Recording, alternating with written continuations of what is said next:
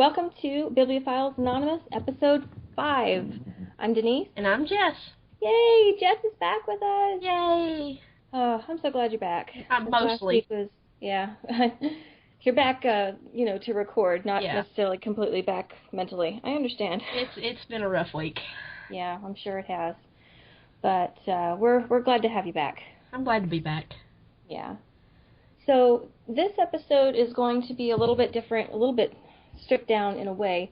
We're not going to do any of our normal segments because we wanted to devote all of our time to our topic today, and we might go a little bit long because I know I'm very enthusiastic on this topic, and I know Jess is too.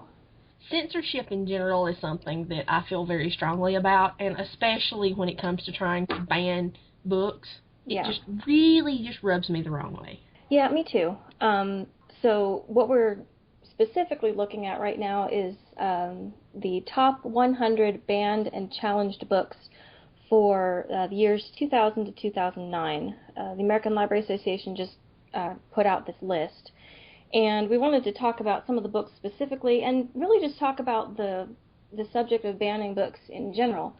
I, for one, am completely against it. For the most part, I think a lot of the banning happens in school libraries because, some parents will get this idea in their head that a certain book is harmful for their children to read or something like that, and so they want it taken out, or they want it, put on a different shelf so that, they have to go through get some special permission to check it out, or something like that. And, I can understand parents wanting to know what their children are reading. I have no problem with that. If you want to know, if you don't think the book is appropriate for your child, here's a suggestion.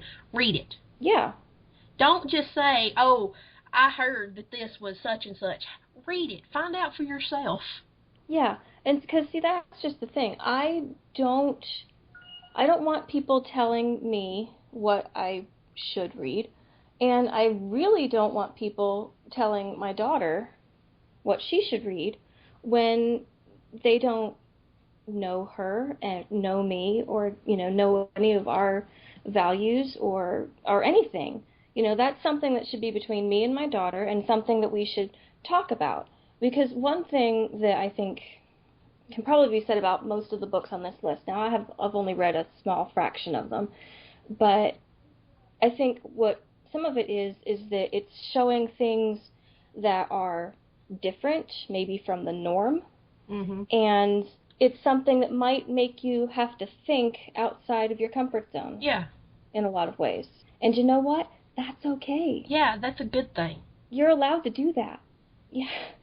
But like what you were saying about the people not reading the books or not being as familiar, I wanted to share this story. This happened several years ago. I don't remember exactly when, and I was trying to find the link to a specific blog post that was about it, but I couldn't track it down.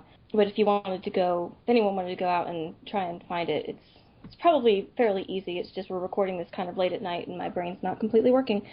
But there was a book written by Maureen Johnson, who's a fairly well-known young adult author.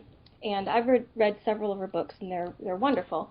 But this book in particular is called The Bermuda Triangle. And it was challenged in a high school, I believe, in Oklahoma. And the story is basically about these three girls the summer before, I think, their senior year of high school. And one of the girls goes off on some kind of a summer not like a summer camp, but like some summer program, I think, for like political science or something like that. And while she's gone, the other two girls end up having kind of a relationship. It's a very short relationship, but, basically they're girlfriend and girlfriend.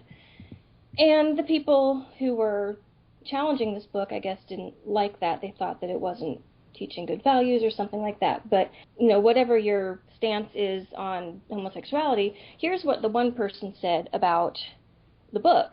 They said that they thought, and I'm paraphrasing here since I don't have the quote, but they said that they thought that the book was teaching young girls that it was okay to sleep around with whoever they wanted to in order to find themselves, which may not be a good thing to encourage, but there was this one problem with that, is that there's absolutely no sex in the book at all. None. That certainly does put a wrinkle in there. theory. And so, I mean, there's some kissing, but they're seniors in high school. That shouldn't be that shocking. No. But the fact that it was showing this, young homosexual relationship in a positive light, and I mean, not even like necessarily positive or negative, but it was very realistic. They're still kind of immature and not quite knowing what they want to do with their lives, but they had this relationship, and it was kind of how it affected the three of them. The one girl that comes back and, all of a sudden she's like, oh my gosh, what happened while I was gone? Yeah. And and it would have been the same kind of reaction if it had been like, a girl and a boy who had gotten together over the summer, and then their other friend comes back and is like, whoa, what just happened? I thought we were all just friends, and now you guys aren't just friends anymore.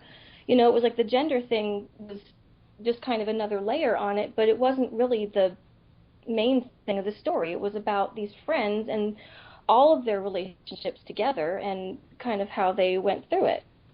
Yeah, and I mean, like I said, parents have every right to say, I don't think my child should be reading that, but they should do it on an individual basis. They shouldn't try to remove it from the library because they don't think their child should read it. Right. If there's a book out there that I don't want my child to read, then I won't let my child read it.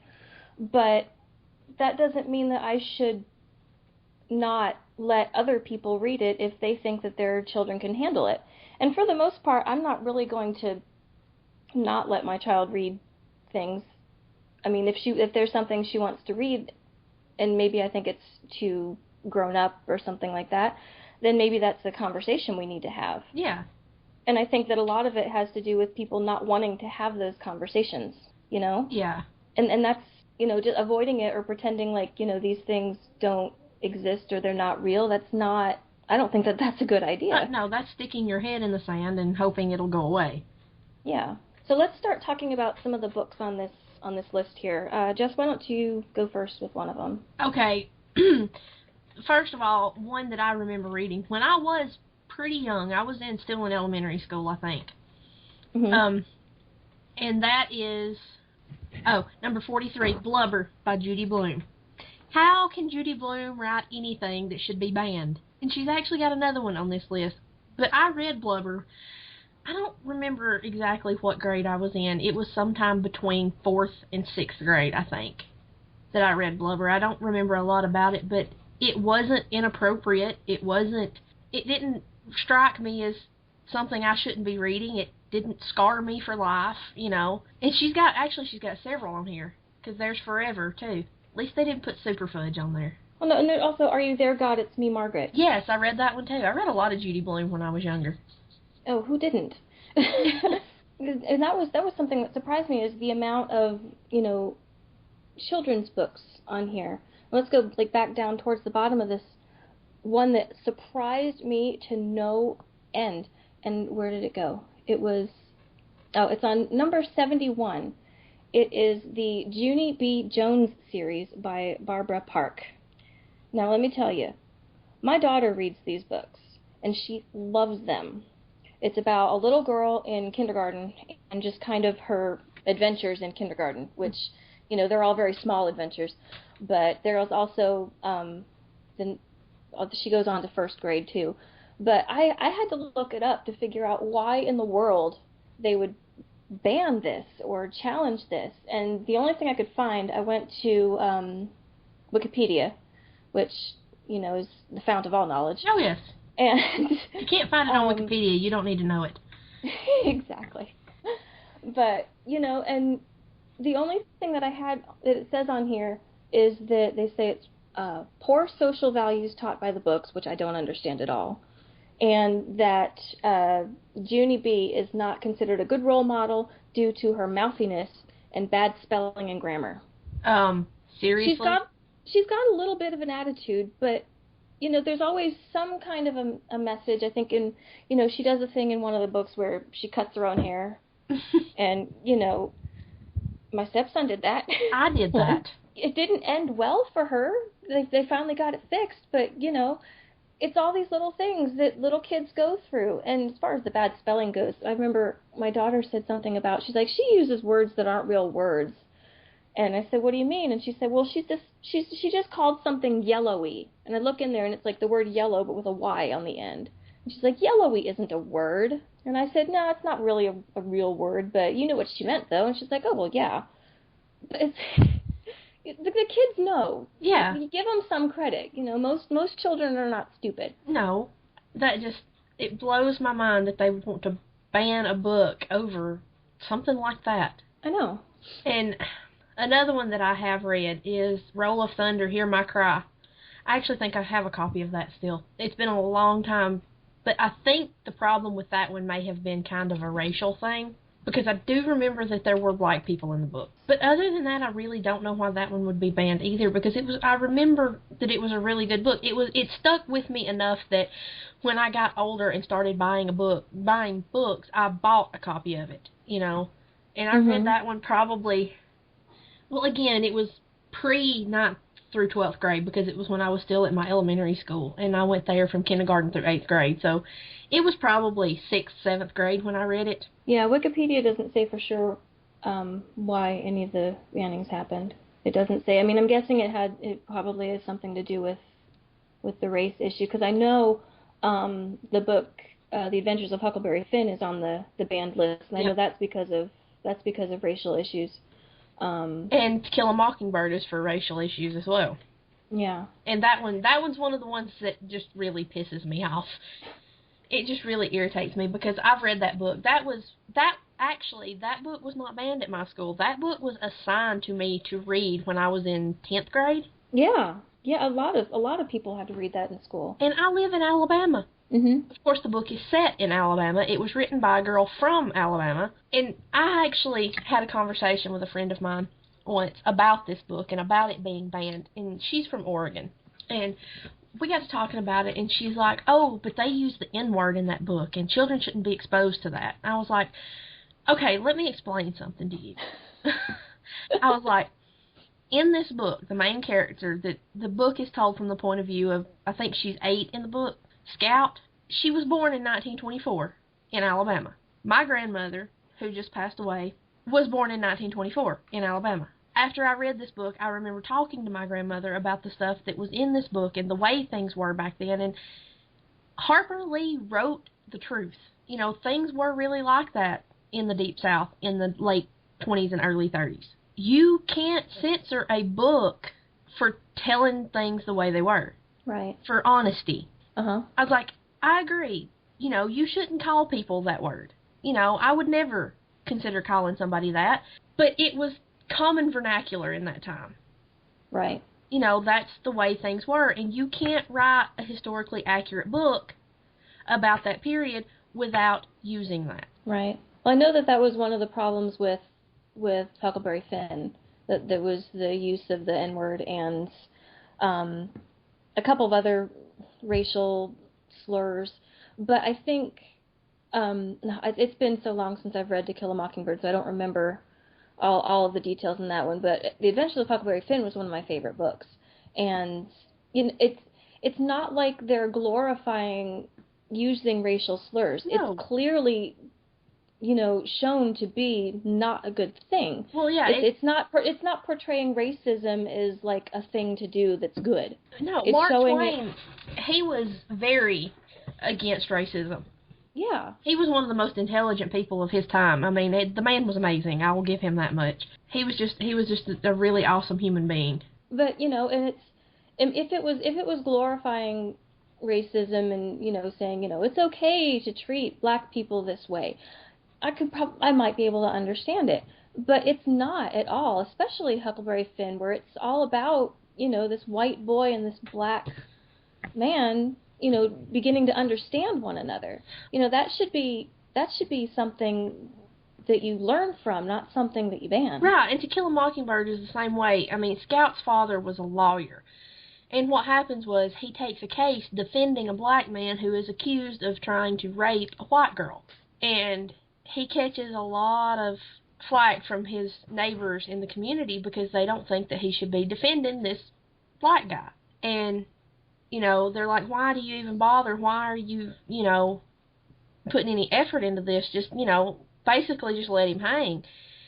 And he's like, no, because, there's no evidence. I'm going to do the best job I can. It's not about whether he's black or white. And that was kind of, it too kind of teaches that lesson that it doesn't matter about the color of your skin, Right. And why people would want to ban that, I'm like, if you ban that, if you don't let people see how things were, they're going to repeat those mistakes. Right. You can't just deny that those type of attitudes existed in our history. And hopefully things are a lot better now. And maybe not in some areas of the country, unfortunately. Sometimes there's still a lot of problems with racism, but we've come a long way. Yeah. But that doesn't mean that we need to forget where we came from. No, definitely not.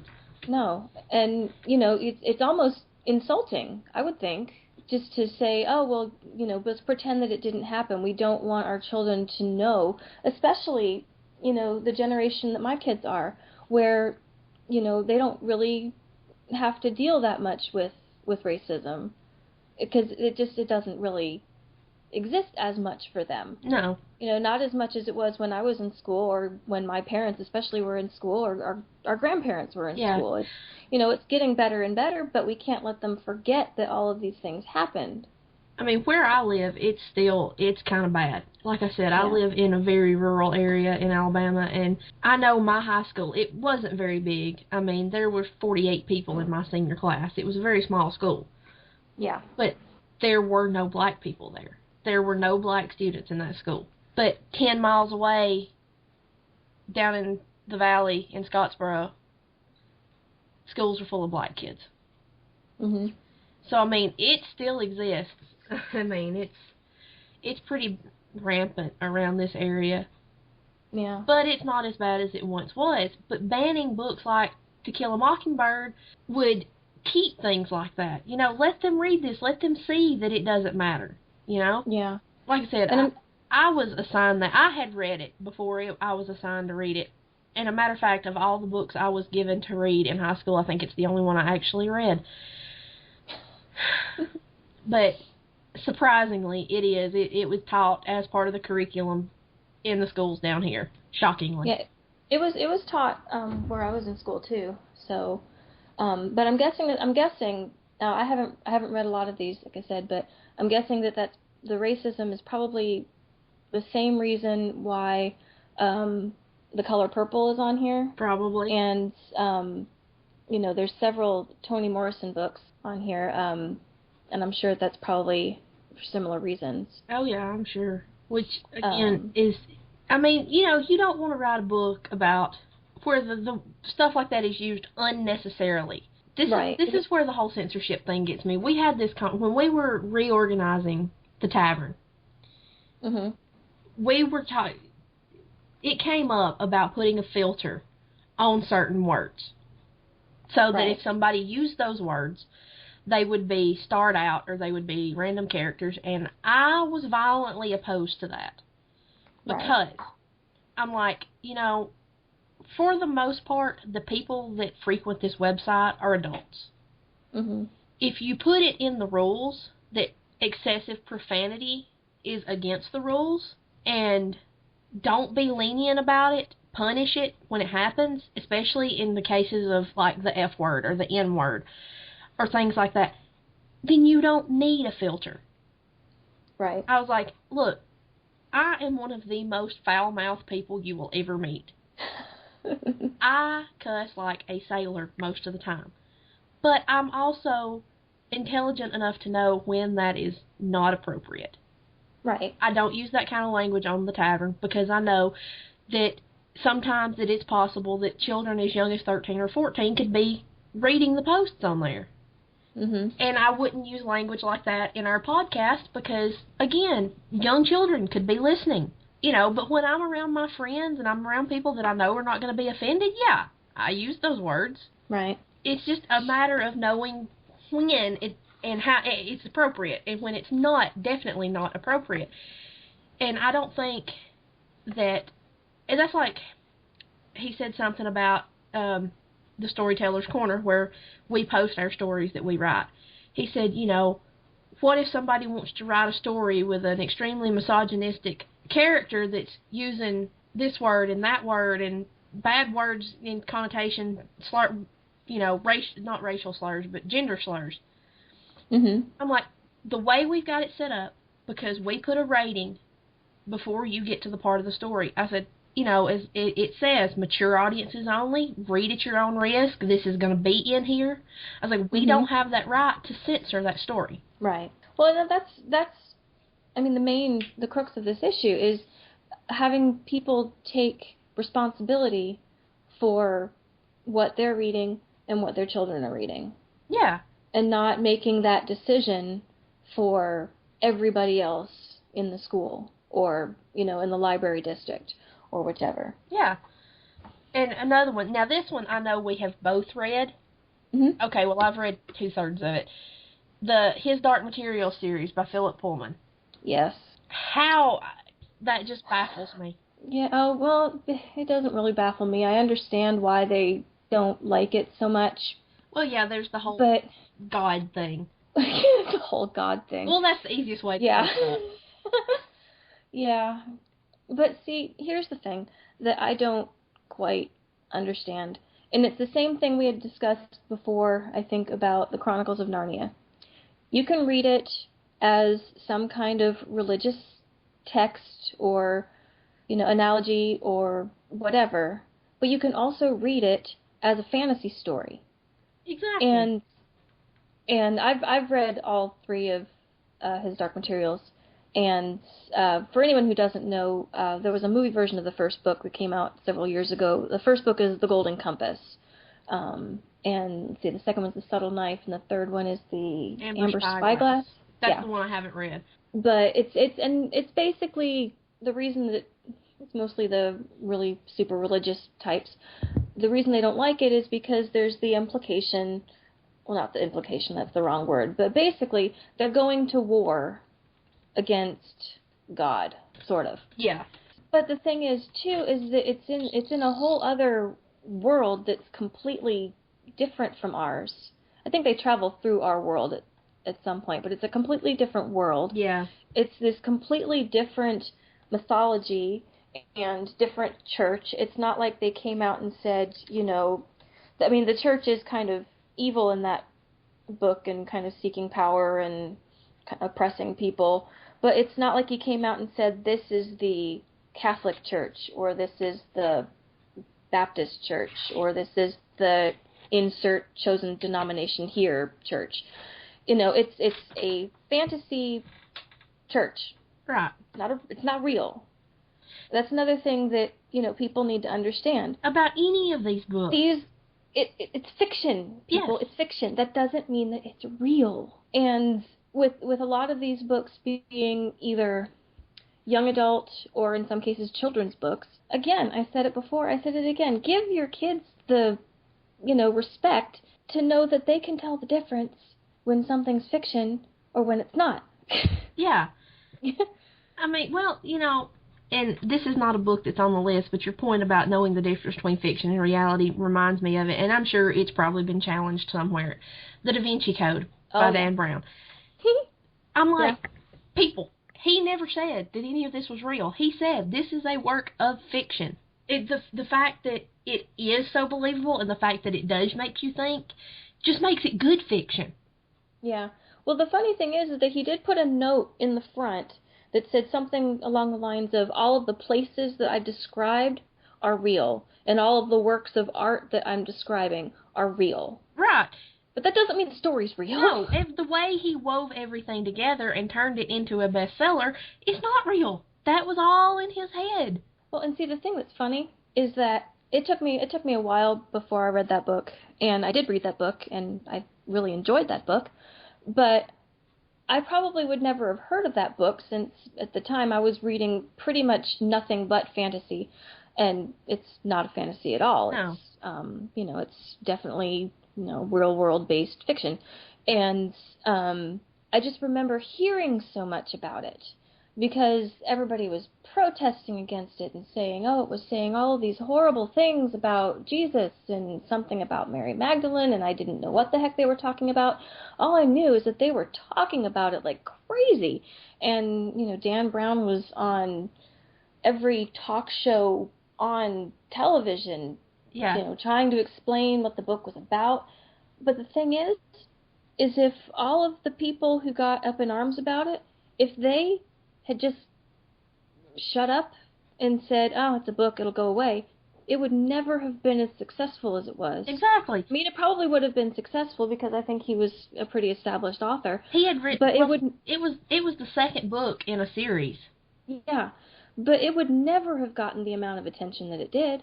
It was all the people trying to condemn it that made it such a huge success. Yeah, I mean, okay, and the first book didn't go through that until after the second book came out, because the first book was in some ways just as controversial with some of the stuff that he wrote about. I mean, it was like, really, you completely ignore the first book. Then the second book comes out and everybody gets up in arms about it, and you're like, "Oh wait, there's another one?"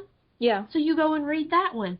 And yeah, that's how I did it. I mean, to this day, a channel I watch a lot, it started out as Discovery Home, and then they changed it to Planet Green, and now it's, I don't know, Destination America or something. I don't know. They keep changing the name of the channel.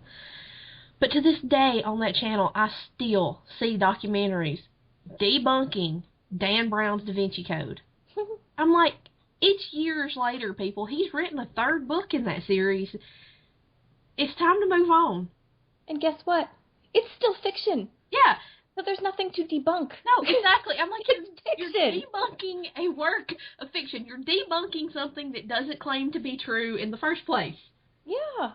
How does that work? It doesn't. That's the problem. And, like I said, I probably would never have read that book if it hadn't been for all of the hype and the hoopla and all of the people saying, "Oh, it's this horrible thing that's saying these terrible things." And, the more I heard them talking about it, I was like, well, wait, actually, that sounds kind of interesting. Right. See, that was pretty much me. I read it because I heard all of the uproar about it. I'm like, okay, I gotta see what the big deal is. So I got it, and I read it, and I loved it. So I found the first book and read it, and I loved it. And I have the third book and read it and loved it. I mean, but I understand they're works of fiction. They're not real. They're stories. Yeah, and the thing is if all the people who were protesting it had just looked at it and said, "Oh, I don't agree with that," and then just ignored it, walked away, how many people would have, heard of it or paid as much attention to it? Exactly. I'm like, okay. It would have been a fraction. If you don't want to read it, if you think it will offend you, don't read it. Don't try to tell somebody else they can't read it. Yeah, just don't read it. Just don't read it. Yeah. Which, number one on this list had just as big of an uproar. Oh my gosh. And that is the Harry Potter series. I remember seeing a story on the news that people in Alabama, close to about an hour from where I live, were picketing bookstores. When I think it was book 4 came out, book 5 maybe, picketing bookstores because Harry Potter teaches witchcraft and wizardry as a religion. And I'm like, you people have obviously never read these books. Oh my gosh. At all. This is so ridiculous. It's so stupid. I don't, there's no other way of describing it. It's so stupid and ignorant. Even up until, it's been several years ago, this girl I was friends with, now she's 2 years younger than me, I think.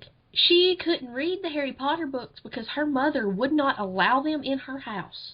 Yeah. I'm like, wow. I'm like, at the time, I think I was 25, so she was like 23. I was like, you are 23 years old and she doesn't trust you to know the difference between reality and fiction? Yeah, that's a bit much. But, I mean, then again, we were saying before, there's a difference there between, her and her mother deciding whether or not she can read it and having the whole library remove the books from the shelves. Yeah. I mean, I disagree. I think that, everybody should read it. It's an awesome series. But this is another thing about letting your kids, respecting them enough to know that they're not idiots. I mean, my kids love Harry Potter. My stepson has read most of the books, I think. My daughter hasn't, but we've read some of them out loud at bedtimes, and they've seen all the movies. Yeah. So they know the stories, they know the characters pretty well. And Do they go out in the backyard and pick up sticks and pretend to cast spells and all that stuff? Yeah, of course they do, because it's fun.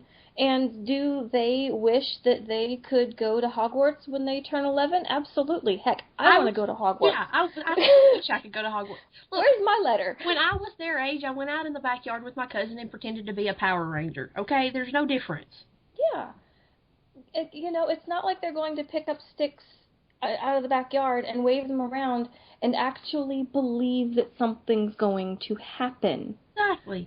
They know it's a story. They know it's not real. And two, the thing that really got me about this whole it teaches witchcraft and wizardry as a religion thing, the main reason that struck me is incredibly laughable is because they don't teach anything as religion in the Harry Potter books. Religion does not come up. They teach witchcraft and wizardry as a profession. It's a job. They're going to school, and when they get out of school, they're going to get jobs. Yeah. There's no religious aspect of it at all. No. Now, there is, if you wanted to read it that way, there's kind of not even almost, there's a Christian allegory at the end. For anybody who doesn't know, okay, this is a spoiler, but it's been several years since the last book came out. If you don't know this by now, get over it. It's been over a year since the last movie came out. Yeah, so, get over it. Y'all know this already. But at the very end, Harry Potter chooses to die to save his friends and basically is reborn. That's a Christ metaphor, pretty much. Yeah. Not necessarily that I think it was written to be like a Christian allegory, not like Narnia was. People get so caught up on this fact of like, oh, well, it's witchcraft. That means that it's evil and it's bad. That they completely ignore all of the other wonderful things in the book. Yes. Like the stories about friendship and love and family and loyalty. Yeah. Yeah, and bravery and redemption and forgiveness and all of these wonderful things that every child would benefit from learning about. Yeah. And then you wrap it up in some really, really cool magic and really, really cool characters and creatures and, it's a wonderful book. I cannot even remotely understand why people are against it. And two, I actually personally know somebody who never really got into reading. She didn't like to read. She just said, she didn't understand why anybody would read. And I loaned her the first Harry Potter book. And after that, she went out and bought them all. Mm-hmm. Anything that is good enough to take somebody who's never enjoyed reading, especially kids, and opened up the world that I have known about for, since I was 5 to them and let them see the kind of things that I have seen because I read. Yeah. It has to be a good thing, not a bad thing. Yeah.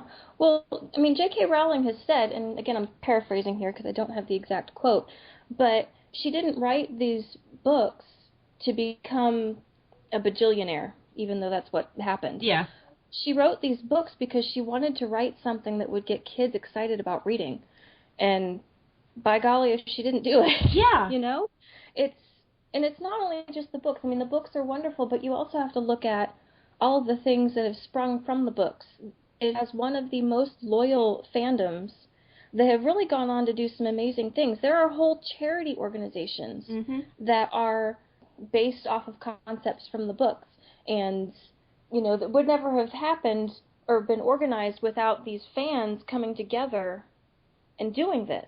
So it's all good stuff that's come from them. I don't understand where anybody thinks bad stuff is coming from. I don't know. Well, like I said, I can kind of understand it where I live. I live, in the heart of the Bible Belt. You're the buckle. Yes, I am. I live in the buckle of the Bible Belt. And the people here are so caught up in if you're not Christian, then you're wrong. And to be confronted with something like this that has made kids that previously didn't want to read excited about reading, and that many people are buying, and all they know is that they're wizards, then it must be satanic. And if you read it, you're going to hell. Well, if that's the case, then hell's going to be a really fun place. Oh, yeah. We'll have Harry Potter parties all night long. Look, I've already decided I'm going to hell in multiple religions anyway, so... Yeah. But, if I'm going to go to hell for reading a book, that's pretty harsh. I would, yeah. For opening your mind and considering, all possibilities other than just your particular reality. For having an imagination. Yeah. I mean, it's just, and like I said, these people that protested these books, especially the Harry Potter, these parents, never read the books. No. I'm like, okay, I understand if you see something that's, that much hype surrounds it and your kid really wants to read it, I can understand maybe being a little wary. So, pick up a book. Read it. See if there's anything in it that you wouldn't want your child to read. Yeah. You may find out that there's nothing in there that's going to hurt your child, and you may find out that you actually like the book. Right.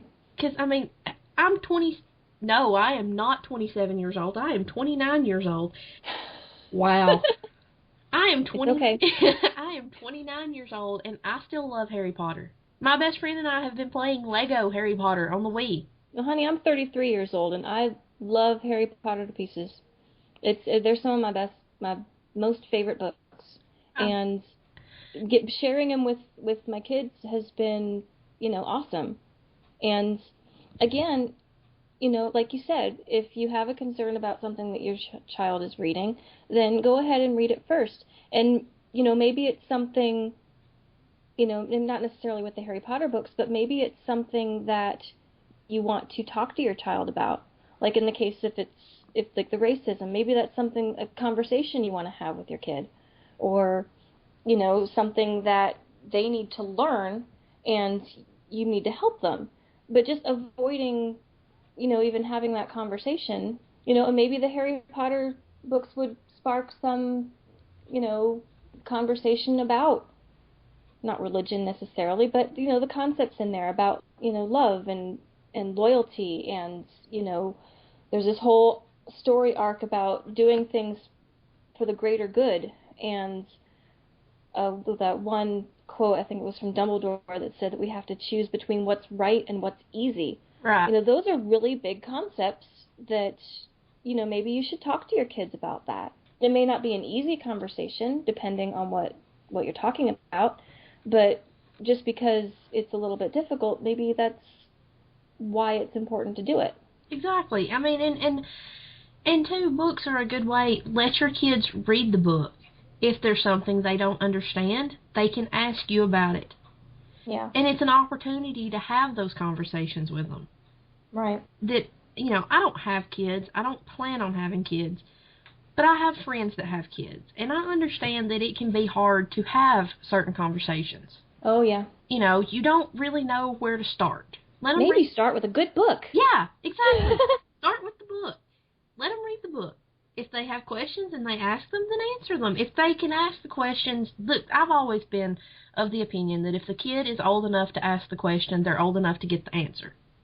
Mm-hmm. Maybe not all of the details, but if they're old enough to ask the question, if something has happened that's made them need to ask this question, then they need the answer. Or they at least need to talk about it and express their thoughts, their feelings. They need to get that out. Yeah. So that, they can maybe even just work through their questions themselves, because sometimes that's the best way to learn anyway. Mm-hmm. But, I mean, it's just, it's always, I can't remember anything in particular ever being banned or challenged at my school libraries. Nothing stands out at me, thankfully. No, I had some pretty good librarians when I was in school, so I think that if there was anything that was challenged, they fought for them pretty much. I know that the librarian at the school where Maureen Johnson's book was banned, she actually lost her job. Wow. Because she fought for that book so much. And, I can't remember now if she was fired or if she quit in protest. I don't remember. Well, if one way or another, she's not there anymore. If you're going to be a librarian, then you almost have to feel that way. Yeah. I would want my librarian to feel that strongly about books. Yeah. See, that's something I actually considered doing when I graduated high school and started college. I actually considered becoming a librarian. And then I found out you have to have a master's degree. Yeah. I was like, wow, really? Yeah. I still want to do it, but... Well, just to wrap up, obviously, you guys know where we stand on this topic. Yeah. But Not we would shy love about to it. hear, no, not at all. But we would love to hear how you feel about this topic. So if you want to weigh in, you can email us at bibliophiles.podcast@gmail.com, and we can continue this discussion in future episodes, and we'd be glad to read your emails on our show and discuss what you guys have to say. Exactly. We love, if you don't agree, if you do agree, if you have any certain specific stories, stuff that you remember about books being banned from your library, we'd love to hear it. Yeah. And even, like I said, even if there are some books that you think, should be banned and you have reasons why, I think as long as there's good, solid discussion about it, good back and forth, then, that's a conversation that we should have. Mm-hmm. So, yes, go ahead and email us. You can also visit us at the Tavern website, which is www.maltavern.com.